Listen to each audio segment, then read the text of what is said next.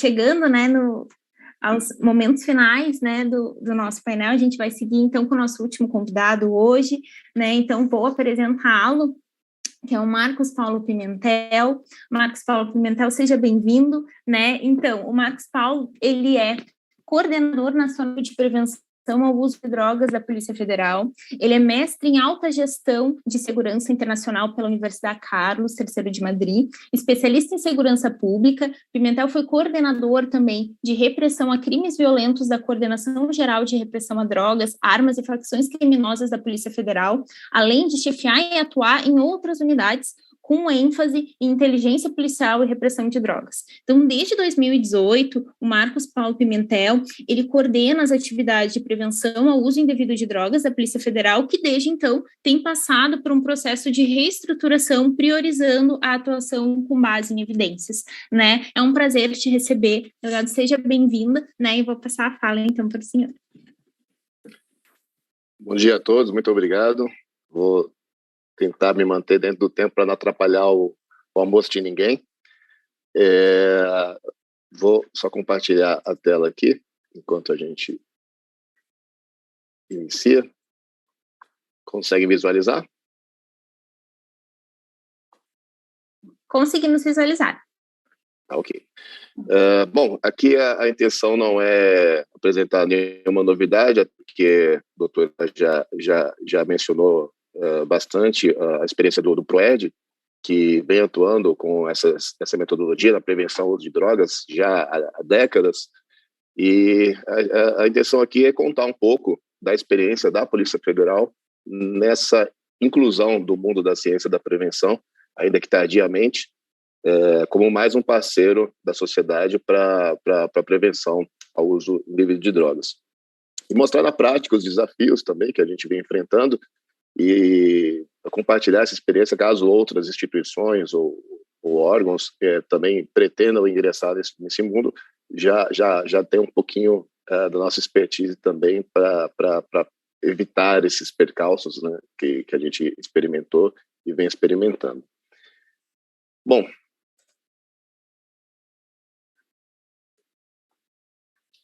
inicialmente eu gostaria de falar um pouquinho sobre a Polícia Federal.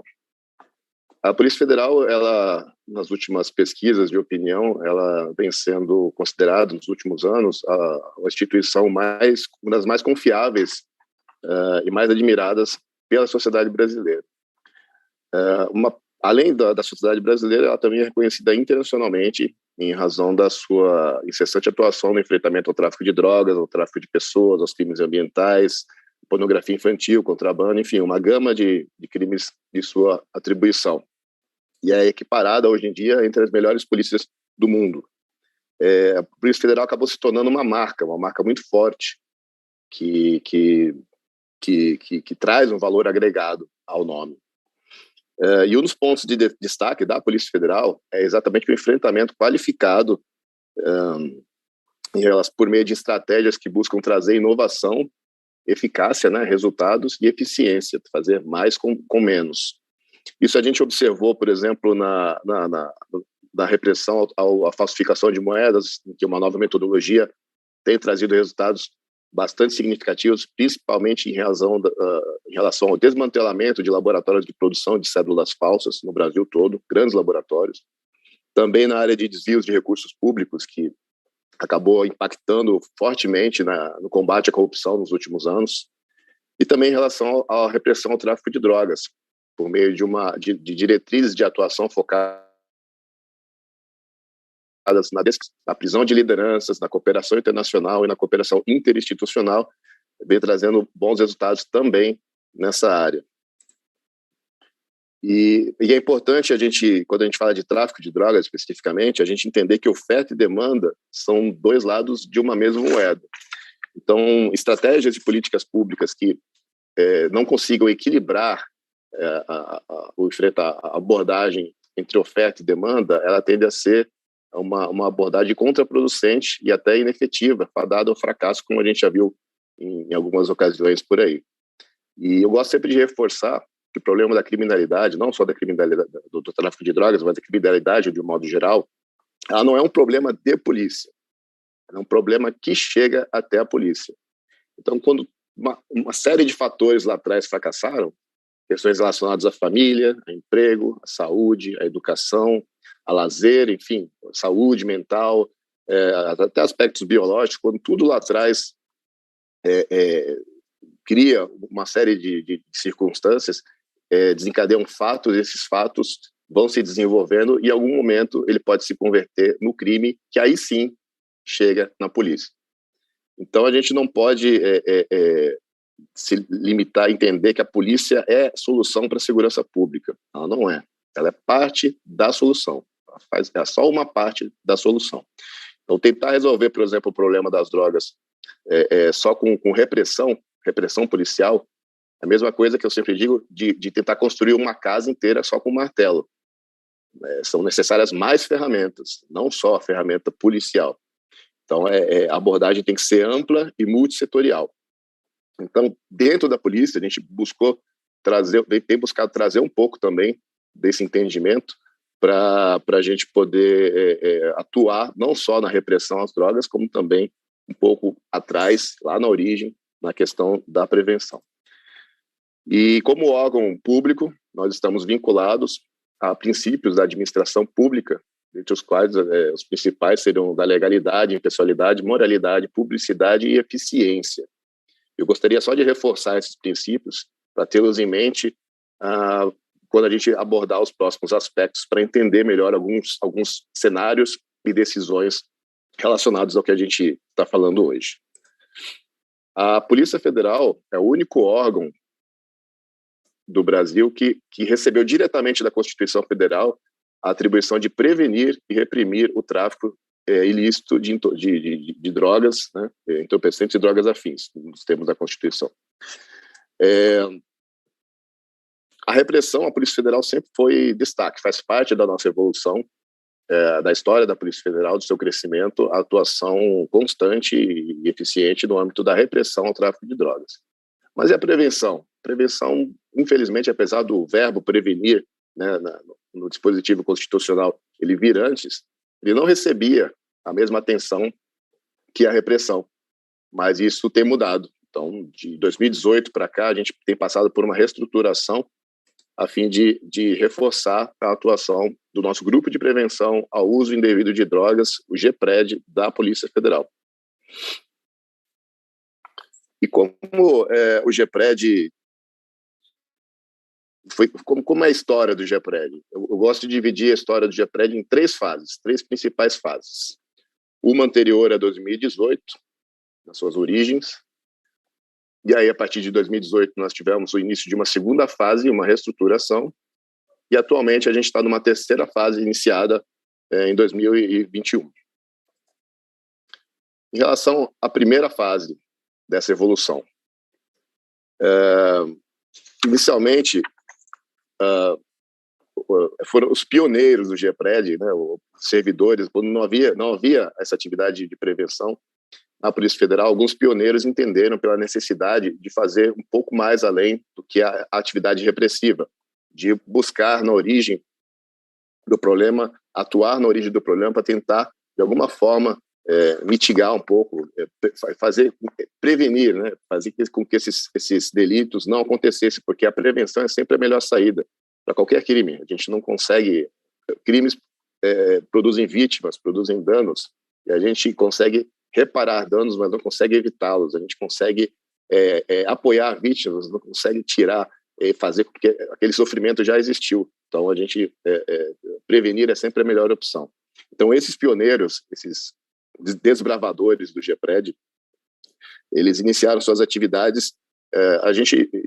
Formalmente, ele foi criado em 2012, o GPRED, mas a gente tem registro de atividades anteriores de servidores antes da própria criação do GPRED por si só. E como que esse pessoal iniciou suas atividades? Iniciaram suas atividades com a maior das boas vontades, com proatividade, com toda a coragem, às vezes até contrariando o cenário à sua volta, mas eles atuaram de forma individual, de forma individualizada, em geral por meio de palestras únicas, meramente expositivas, sem uma metodologia padronizada, baseada conteúdo baseado em convicções pessoais e em bases empíricas. E a sua estrutura era difusa, ou seja, nós tínhamos tanto os GPREDs quanto os servidores atuando na atividade de prevenção. Então, se tivéssemos 10 servidores de uma determinada localidade, seriam 10 GPREDs diferentes, cada um atuando da sua forma, cada um atuando do seu método, e por vezes até utilizando-se da estratégia do medo, de causar o medo para manter o jovem afastado das drogas, por vezes aproximando o jovem, trazendo amostra de drogas para o jovem conhecer, trazer informações nesse sentido, e às vezes até com amplitude do público-alvo, a metodologia de prevenção para criança, para adolescente, para adulto, para forças armadas, para empresas, eram conteúdos muito assemelhados na palestra única, a metodologia bastante parecida. E a avaliação desse tipo de metodologia, se é que dá para se chamar de metodologia, ela era inviável. Ou seja, a gente não sabe dizer se o que o colega estava fazendo era bom ou se era ruim. A gente sabe, depois eu vou abordar um pouco na segunda fase, mas a gente não tinha condições de avaliar se aquilo que ele estava aplicando produzia resultados positivos, produzia resultados nulos, ou até mesmo se produzia resultados negativos, de incentivo ao uso de drogas. Porque era uma pessoa, um indivíduo que atuava dentro das suas limitações ali geográficas, e a gente não tinha nem quantidade suficiente para ter um grupo de pesquisa a ser pesquisado ali, suficiente para trazer resultados consistentes. E não havia padronização também. Então, conforme outra pessoa quisesse ingressar na atividade de prevenção, ela iniciaria provavelmente conforme seus entendimentos, os seus critérios, suas adaptações ao material que tenha tido acesso anteriormente. E assim estava constituído o GPRED. Em 2018, quando houve a reestruturação, foi quando se criou a figura oficial do coordenador nacional do GPRED, e eu tive a honra de assumir o GPRED nessa transição. O que foi verificado foi feito um levantamento, inicialmente, de como era a atuação do GPRED, como os colegas estavam atuando, e tentar obter boas práticas de atuação, um mapeamento das práticas e das atividades realizadas em âmbito geral. E o que a gente verificou é que realmente o cenário era difuso, a gente não conseguia, a própria gestão desse tipo de atividade de âmbito nacional, lembrando que a Polícia Federal é uma só no Brasil todo, a própria gestão disso fica prejudicada quando você tem uma série de metodologias diferentes sem uma padronização. Então, em 2018, a gente inicialmente criou uma reestruturação no organograma, do GPRED, criamos a Coordenação Nacional em Brasília, vinculada à área de repressão a drogas, agora a repressão e prevenção andavam juntos, passaram a andar juntas. Também criamos a figura dos coordenadores regionais, então cada unidade da federação tem o seu coordenador regional, e temos ainda os próprios voluntários do GPRED, que atuam junto à sua área de atuação nas delegacias e nas superintendências. Então, com esse levantamento, verificado o mapeamento, passou-se então a buscar o que havia de melhor no mundo, lembrando que a Polícia Federal tem uma marca a zelar, a gente tem que fazer jus, é o padrão esperado pela sociedade, é o padrão que se espera no mundo todo em relação ao trabalho da Polícia Federal. Então foi se buscar o que tinha de melhor no mundo, e aí a gente teve contato mais aproximado com a ciência da prevenção, com as diretrizes internacionais da UNODC, do Escritório de Drogas e Crimes das Nações Unidas, com o mundo acadêmico, quando conhecemos também a doutora Zila, dentre outras personalidades que nos auxiliam até hoje em razão dessa matéria, nessa temática.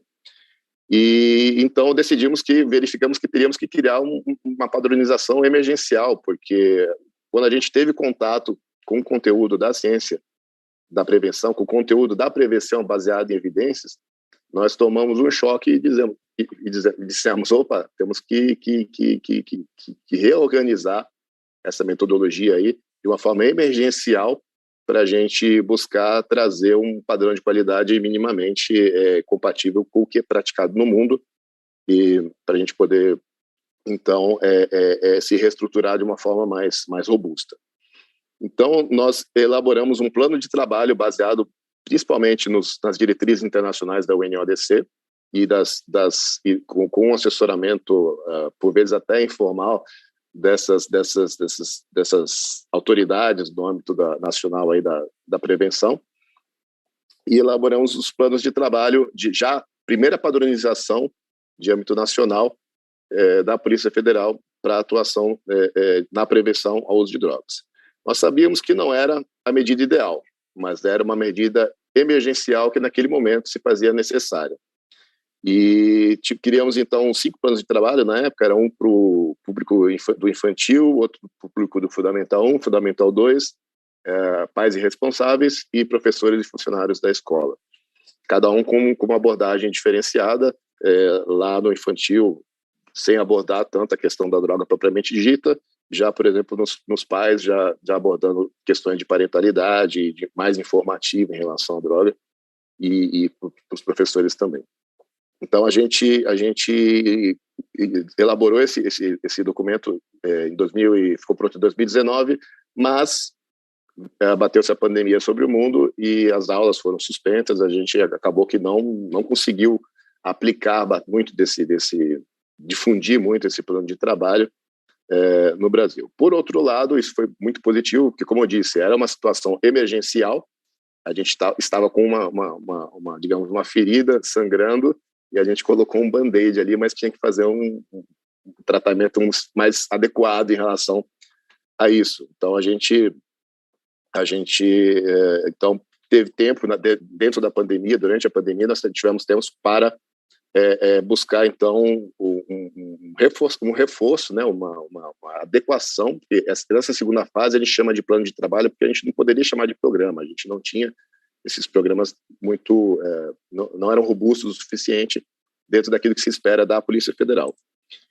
Então, passada essa segunda fase, deu-se início à terceira fase, e aí sim buscou-se o que há de mais adequado no mundo, o que há de está funcionando no mundo todo, para que a gente pudesse trazer para a Polícia Federal. Aí, nessa terceira fase, tínhamos algumas decisões importantes para tomar. Primeiro, a gente deveria desenvolver um programa nosso ou deveríamos acolher um programa já elaborado por outra instituição, ou que já era aplicado em outro lugar do mundo. E um outro ponto que a gente tinha que decidir era, nós deveríamos focar em qual público-alvo, porque a gente estava com um leque muito aberto, então deveríamos ser mais enfáticos, assim como, por exemplo, o GPRED faz, o PROED faz, né, que tem seus 2, 3 conteúdos ali. A gente também deveria focar e se especializar em determinado público-alvo, e para não ficar muito amplo também. E aí lembra daqueles princípios da administração pública que eu falei lá atrás? A gente se norteou também por eles para tomar essa decisão. Então, primeiro, a gente deveria desenvolver um programa ou acolher um programa já utilizado. Então, pela eficiência, para a gente ganhar um tempo aqui, optou-se pela adoção de programas que já funcionam em outros lugares, trazê-los para a realidade da Polícia Federal e do Brasil, para que a gente pudesse, então, ganhar tempo e ser mais eficiente nesse critério. Por quê? Adotando um programa que já existe, que já foi avaliado, já demonstrou resultados positivos de uma forma com a metodologia própria de avaliação, a gente ganha esse tempo de ter que a gente poderia estar desenvolvendo um programa com meio de, obviamente, com todo o apoio técnico necessário, aí então aplicá-lo e avaliá-lo. Então a gente ganhou um tempo aí muito grande em adotando um programa já pronto, porque a gente já pula a parte da elaboração, do treinamento, da aplicação e de produção de material para avaliação. A gente ganha muito tempo aí e já parte para algo mais consolidado. E, obviamente, em havendo resultados positivos, a gente, estatisticamente, tem mais chance de produzir resultados positivos em relação à prevenção de drogas. Ou seja, A eficiência, mais uma vez, norteando a nossa decisão.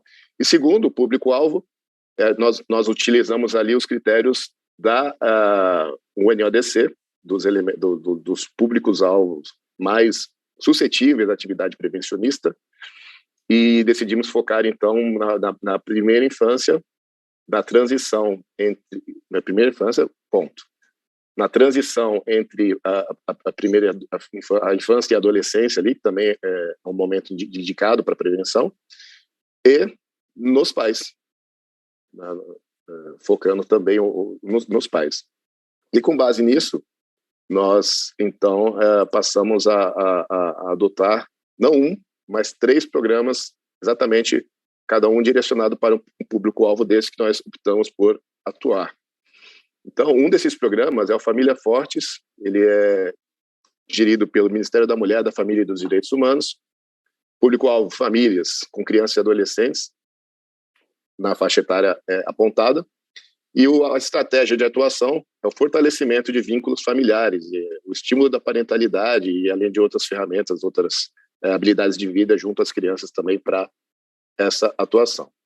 O outro programa também escolhido foi o programa Elos 2.0, que é gerido pelo Ministério da Saúde, com público-alvo de crianças de 6 a 10 anos, e a estratégia de atuação é o desenvolvimento de habilidades sociais.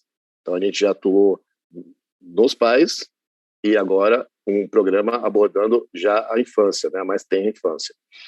E também o outro programa que adotamos, o Tamo Junto, 2.0 também, a versão já atualizada, também gerido pelo Ministério da Saúde, público-alvo, crianças e adolescentes entre 11 e 14 anos, aquela faixa transição entre infância e adolescência, que demonstra ser uma atividade suscetível à prevenção.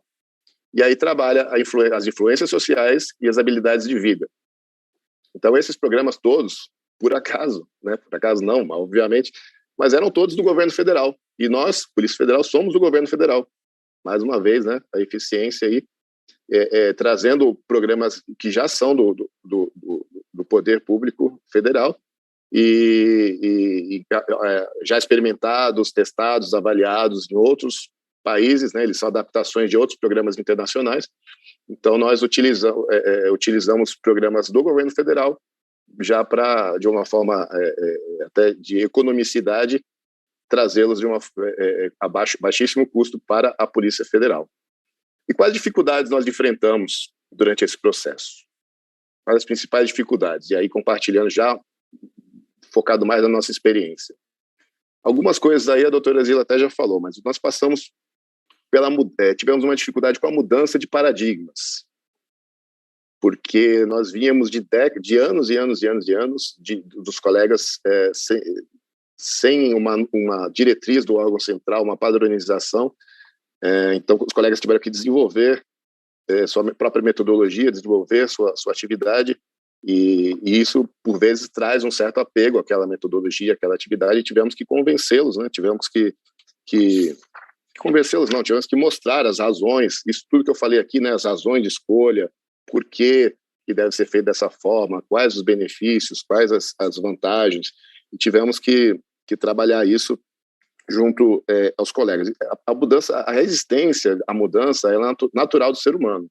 Isso aconteceu na transição da máquina de escrever para o computador, do telefone para o smartphone. Por vezes, há aqueles neófitos que gostam da novidade, mas a resistência é natural nesse processo. Então, pouco a pouco, nós vamos temos trabalhado demonstrando que nossas decisões de gestão elas são fundamentadas em evidências. A gente reforçando isso, a gente sempre tem trabalhado em evidências e bases científicas para angariar essa confiança dos colegas junto ao material e permitir que cada vez mais a gente consiga avançar. Como eu sempre digo, a gente tem superado essa dificuldade com ciência e paciência, porque a gente tem que demonstrar com calma aos colegas, e aí, parafraseando o primeiro palestrante de ontem, né, never give up, never give up, never give up. Então, a gente nunca desiste e sempre buscando avançar para demonstrar exatamente o que é a ciência da prevenção, reforçar essas diretrizes e por que é importante a gente atuar com base em evidências, né? Isso eu digo na prevenção, mas, obviamente, a gente traz isso também da repressão de todo o conceito de segurança pública baseado em evidências. Outra dificuldade que nós experimentamos é exatamente o que a doutora Zila abordou, a manutenção da fidelidade ao conteúdo. Esses programas, eles foram desenvolvidos por especialistas, adaptados por especialistas, houve uma capacitação, e é exatamente o que a gente tem uma dificuldade, como nós somos um órgão nacional, a gente tem uma preocupação muito grande de manter a fidelidade ao conteúdo na aplicação, ou seja, a gente tem trabalhado para que aquilo que é aplicado lá no interior de determinado estado seja o mais próximo possível, se não fidedigno, àquilo que foi imaginado lá pelos especialistas, exatamente para evitar que adaptações, inclusões ou exclusões de conteúdo possam acabar criando novos programas, e aí esses novos programas a gente não sabe se eles são com efeitos positivos, efeitos negativos, efeitos nulos. Então a gente não quer ter surpresas na avaliação, que a gente espera que venha uma avaliação isenta, externa, como a doutora Zila já fez, exatamente para que a gente possa compor esse arcabouço de evidências científicas também em relação a esses outros programas e reforçar o papel das polícias também nessa atuação, porque as primeiras diretrizes da UNODC, elas traziam como contraproducentes a atividade de prevenção por policiais, o que foi revisto já na segunda edição. Então, a gente quer exatamente reforçar esse papel e, quem sabe, no futuro, em algumas edições, entre como boa, exatamente recomendada a atuação de policiais realizando atividade prevencionista também. E outra grande dificuldade que a gente tem é a valorização interna. A doutora Zila também abordou esse aspecto quando falou dos comandos das polícias militares. Nós temos o mesmo problema também na Polícia Federal e temos atuado na sensibilização dos gestores exatamente para viabilizar a realização, a aplicação desses programas. O que antigamente era feito com uma palestra, a gente tem que convencer o gestor que agora são 7 encontros, são 12 encontros com o público-alvo, então isso demanda mais tempo, uma dedicação um pouco maior do servidor, e por isso a gente precisa que também a gestão favoreça as condições, provenha as condições necessárias para a aplicação desses programas, não escalando o servidor para viagem, dando o apoio necessário ali para que ele realize essa atividade e exaltando a importância da atividade de prevenção às drogas. E quais expectativas que a Polícia Federal tem em relação à aplicação desses programas? Como a aplicação é recente, o foco aqui é exatamente esse processo que nós estamos passando. Nós ainda não temos as evidências, né, relacionadas, esperamos manter aí o padrão das evidências que já há em relação a programas originários. Mas as nossas expectativas são bastante positivas em relação à aplicação desses programas. Nós temos a expectativa de aumentar a disseminação da atividade de prevenção na Polícia Federal, que a partir do momento que nós temos um conteúdo, nós temos uma capacitação, facilita a atuação do servidor que quer ingressar nessa atividade. É um voluntariado, na Polícia Federal é um voluntariado, ele cumula as atividades também, não há dedicação exclusiva. Então, um colega que queira realizar atividade de prevenção, ele não precisa mais desenvolver o seu conteúdo próprio, não, ele vai receber a capacitação adequada com base em evidências daquilo que já funciona em outros lugares. É como uma franquia, é muito mais fácil você abrir uma franquia, você vai abrir uma franquia de determinada loja, você recebe identidade visual, você recebe, às vezes, a matéria-prima, às vezes o produto pronto, a forma como você tem que trabalhar, a metodologia de trabalho. É muito mais fácil esse apoio da franqueadora para o franqueado, facilita muito a atividade, e a gente quer buscar exatamente isso. E assim como as franquias têm se espalhado pelo Brasil, a gente quer que o GPRED também na Polícia Federal se espalhe pelas várias cidades do país. Outro ponto é a potencialização de resultados que nós temos essa expectativa de proporcionar. Como eu disse inicialmente, a Polícia Federal é uma marca forte, uma marca com valor agregado, e esses programas, eles são programas também baseados em evidências, também têm seu valor agregado. O que a gente quer é exatamente criar uma sinergia entre esses dois aspectos e potencializar o resultado desses programas. Como? além do programa propriamente dito, que poderia ser aplicado pela escola, poderia ser aplicado por uma outra entidade, que a gente busca trazer exatamente esse valor da Polícia Federal junto à comunidade.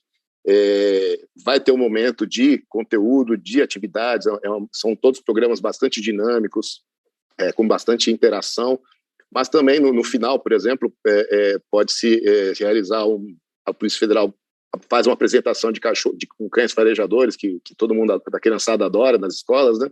Apresentar a viatura, a criançada tocar sirene, de repente, dependendo das localidades, tem embarcações, tem uma visita às instalações da Polícia Federal, tem conhecer um pouco mais da profissão do policial federal, conversar com os profissionais, de repente se colocar como um modelo positivo a ser seguido, né, por aquelas crianças que às vezes são carentes de modelos positivos. Enfim, uma série de fatores, os próprios brindes que nós proporcionamos na aplicação desses programas, a gente busca potencializar a assimilação dessa mensagem de prevenção que a gente tem espalhado. Outro ponto é uma prestação de contas. Como eu disse, a Constituição Federal, ela dá à Polícia Federal o papel de prevenir e reprimir.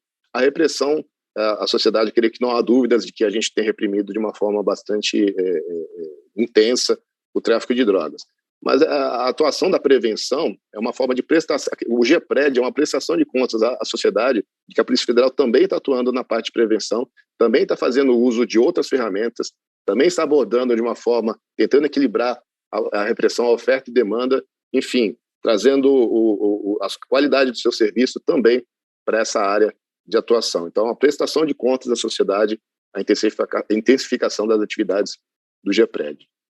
E outro ponto que nós temos expectativa, a doutora Zila também abordou, eu acho que ela copiou os meus slides aqui, quando ela desenvolveu os dela, ela falou da humanização, que a gente tem essa expectativa também. Eu sempre digo que o GEPRED, ele também é uma ferramenta de gestão de recursos humanos. Por quê? O nosso servidor que está ingressando na Polícia Federal, novo, 20 e poucos anos, que sai da sua família pela primeira vez, do seio familiar, e vai para uma região de fronteira, numa atividade policial interessante, uma nova sociedade, às vezes um lugar inóspito, a atividade do GEPRED, essa doação a um trabalho de prevenção a drogas, ele tende a facilitar, às vezes, a integração desse novo policial com a sociedade, com a atividade policial, e já traz um novo olhar. Outro ponto também em relação ao olhar que o colega do GEPRED tem com relação ao seu colega de trabalho. Nós temos índices de estresse, de depressão, de suicídio no âmbito policial muito altos. Então, inclusive vícios em alcoolismo e, às vezes, até outras drogas. Então, esse olhar do colega, entre os colegas, esse olhar mais humanizado para o colega ao seu lado também, é uma expectativa que nós temos de desenvolver a partir das atividades prevencionistas, até com conhecimento técnico mais adequado a como abordar esse tipo de problema minimamente de acordo com o que deve ser feito. E um terceiro ponto é a humanização em relação à sociedade, já é uma questão de direitos humanos, né? O colega do GEPRED, como já foi abordado, o colega do GEPRED que atua numa comunidade carente, socialmente necessitada, ele tende a conhecer os dramas daquela sociedade, daquela comunidade, ele tende a conhecer as mazelas, os problemas, os anseios, os sonhos, e com isso também traz um trabalho mais humanizado do policial para com a sociedade em sua atividade de repressão também. Então, isso se expande, a gente espera que isso se expanda e faça com que a Polícia Federal cada vez mais seja a guardiã dos direitos humanos como vem sendo. E eu gostaria de reforçar, apesar de ser bastante evidente, né, que ciência não é opinião.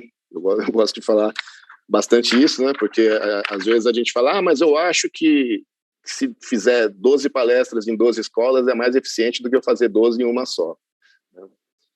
Mas o que a gente está fazendo é baseado em evidências. Ninguém aqui, não fui eu que pensei, não fui enfim, a gente tem trazido que especialistas têm apontado e que as evidências têm trazido como mais eficientes em relação à prevenção. Então, A adoção desse programa, ele visa trazer princípios e metodologias que antes não havia, pelo menos no âmbito da Polícia Federal.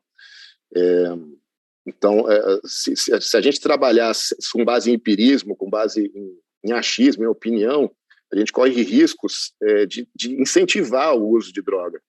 Isso é demonstrado, isso as evidências apontam, que uma abordagem mal feita pode incentivar, pode estimular a primeira experimentação de drogas. Então, o que a gente não quer é transformar a nossa sociedade num laboratório, nossas escolas, né, em tubos de ensaio, e principalmente nossas crianças, nossos jovens em cobaias. A gente não quer isso. A gente quer exatamente trazer metodologias que tenham estatisticamente a maior probabilidade de trazer resultados positivos. E essa é a atual proposta do nosso trabalho. E só retomando aqueles princípios que eu falei da administração pública, aqueles 5 mais conhecidos, gostaria de reforçar 2. Né? Primeiro é o da eficiência, que o que a gente está fazendo aqui é buscar trazer também eficiência ao nosso trabalho, para que a gente consiga produzir mais resultados, com base em evidências, com base em estatísticas, com base, enfim, toda uma metodologia que já foi desenvolvida, trazer mais eficiência para o nosso trabalho, para que a nossa atividade de prevenção consiga manter cada vez mais, por mais tempo, os jovens afastados da primeira experimentação e até mesmo de qualquer experimentação ao uso de drogas. Mas o que eu enfatizo mesmo é o princípio da moralidade. Eu digo que o conhecimento vincula. Quando a gente prova o fruto proibido do conhecimento, a gente tem a obrigação moral, porque quando a gente faz uma coisa errada que a gente não sabe, até o Código Penal ele é mais leniente, às vezes, nessas situações. Mas quando a gente sabe, conhece e ainda assim faz de uma forma inadequada, a gente já está partindo por um outro aspecto já ético. Então, a gente tem o dever moral, o dever ético de sempre buscar o melhor, né? Conhecer, estudar e aplicar o que há de melhor na segurança pública e a ciência da prevenção, a ciência, a segurança pública preventiva, repressiva, baseada em evidências, me parece o melhor caminho para isso. E parabéns pela iniciativa do curso. E parabenizo, eu sou entusiasta do tema. Eu ontem consegui ver uma parte, mas eu vou assistir os vídeos depois que estão disponíveis. Mas eu realmente fiquei muito animado com o convite e com a iniciativa. E parabéns a todos. Muito obrigado e estou à disposição para quaisquer perguntas. Siga-nos nas redes sociais também para conhecer um pouquinho mais do nosso trabalho. Ótimo. Muito obrigada, Marcos Paulo, pela tua presença, pela tua fala, né, e pela tua disponibilidade em compartilhar com a gente essas informações, né. Vou trazer aqui uma das perguntas que surgiram durante a tua fala, do secretário Gelson Guarda, né, é um prazer tê-lo conosco também, né, nosso público. Então, ele pergunta que, tendo em vista o grande número de produtos que passam pelas fronteiras, tais como drogas e armamentos, que abastecem o crime do país, o que a Polícia Federal tem programado, né, para o controle, pois somos sabedores das dificuldades de pessoal e equipamentos também frente a essas situações. Pudesse compartilhar um pouquinho conosco? Aí a gente vai estar abordando um pouco mais a questão da oferta, né, do que da demanda, que é o objeto da apresentação. Mas vamos lá. A gente tem buscado, como eu disse, estratégias que buscam inovação, eficácia e eficiência. Então, no âmbito das drogas, por exemplo, que é mais a minha área de atuação, o tráfico de maconha. A gente desenvolveu estratégias focadas, algumas estratégias, na redução da oferta, vinculadas exatamente a buscar cortar o mal pela raiz, literalmente. Então, iniciou-se com as ações de erradicação a cultivos ilícitos de cannabis na região nordeste, ali no conhecido polígono da maconha, entre Pernambuco e Bahia. E, assim, eu tenho até um estudo baseado em números, em evidências relacionados a isso, que diz que é infinitamente mais produtivo você atuar concentrando esforços e tanto por economia de custos, de tempo, e os resultados são infinitamente maiores. De destruição de droga por meio da erradicação em solo do que em diversas operações em todo o país. E depois do sucesso dessas ações de erradicação no Brasil se estenderam para o Paraguai. Hoje a gente tem a Operação Nova Aliança no Paraguai e os números são muito maiores do que no Brasil. Para você ter uma ideia, em alguns aspectos, um dia trabalhado na erradicação de cannabis no Paraguai equivale a quase 100 vezes o resultado das operações diárias da Polícia Federal de todo o Brasil, de todo o efetivo da Polícia Federal. É infinitamente maior. Então a gente tem buscado exatamente essas estratégias. Se todos os policiais federais derem as mãos às fronteiras, a gente não vai conseguir fechar as fronteiras. Então a gente tem que agir com inteligência, com metodologia, com inovação. Enfim, tem uma série de outros problemas, né? As redes do tráfico estão muito interligadas com as redes do contrabando. A gente, voltando a falar dos jovens, a gente tem hoje o problema dos cigarros eletrônicos que entram pelas nossas fronteiras de forma ilegal, são contrabando e estão em todos os locais, perto de escolas, e, enfim, tem todos os danos à saúde que vêm sendo divulgados cada vez mais. E a Polícia Federal, a Receita Federal, os órgãos estaduais têm intensificado suas atividades nesse contexto, certamente buscando outras estratégias, como a descapitalização, tirar dinheiro dessas organizações criminosas, descobrir os mecanismos de lavagem envolvidos e atacar ali onde é mais precioso, a lavagem, como aquele dinheiro foi ocultado, onde ele está, onde aquele patrimônio está, e tirando esse poder patrimonial das organizações criminosas, a gente busca desarticulá-las, enfraquecê-las para que elas não consigam, ainda, pelo menos no mesmo nível, retomar suas atividades. Prisão de liderança, se eu prendo o cidadão que está transportando, amanhã tem 2. Se eu prendo o líder, cabeça, o gênio, o mentor do esquema criminoso, já é mais fácil, mais difícil de repor. Se eu tiro ele e coloco, dependendo da periculosidade, num estabelecimento do presídio federal, por exemplo, nem de dentro ou em outros estabelecimentos de segurança máxima estaduais, enfim, nem lá de dentro eles conseguem articular. Então, é uma série de aspectos pré-prisão, pós-prisão, envolvidos que envolvem exatamente isso, inovação, eficácia e eficiência, nossas diretrizes aí. Com certeza. Muito obrigada, delegado, pela sua contribuição. E realmente, né, consciência e paciência, né, o quanto que esse caminho vai sendo trilhado, né, e muito, muito obrigada por compartilhar com a gente, né, a sua visão. O Instituto agradece, né, a tua disponibilidade, né, e agradece também aos participantes que hoje se disponibilizaram também estar com a gente. A gente fica muito feliz em trazer esse conhecimento tão qualificado, né, para todos esses servidores. Muito obrigada. Obrigado. Obrigadão. Muito bem. Pessoal, então vamos finalizando o nosso segundo dia, né, em nome do Instituto nós agradecemos, né, a presença de todos, né, durante essa manhã, o nosso segundo dia de curso. Amanhã seguiremos, né, com o nosso curso online de Segurança Pública e Prevenção à Violência Baseada em Evidências. A gente espera que vocês tenham gostado, para a gente está sendo bem importante a participação de todas as perguntas, são riquíssimas, né. Se vocês quiserem acessar, né, dentro do nosso site, institutocidadesegura.com.br, nós teremos na íntegra as palestras e as oficinas, assim como no canal no YouTube também, certo? E amanhã, no nosso terceiro e último dia do nosso curso, abordaremos experiências inovadoras e de sucesso na redução de violência no Brasil, na Argentina e no México. Então, teremos palestrantes nacionais e internacionais falando um pouco a respeito desse tema tão importante, certo? Agradecemos a todos e a todas a presença e continuamos amanhã, às 8h30, no mesmo link. Tchau, tchau!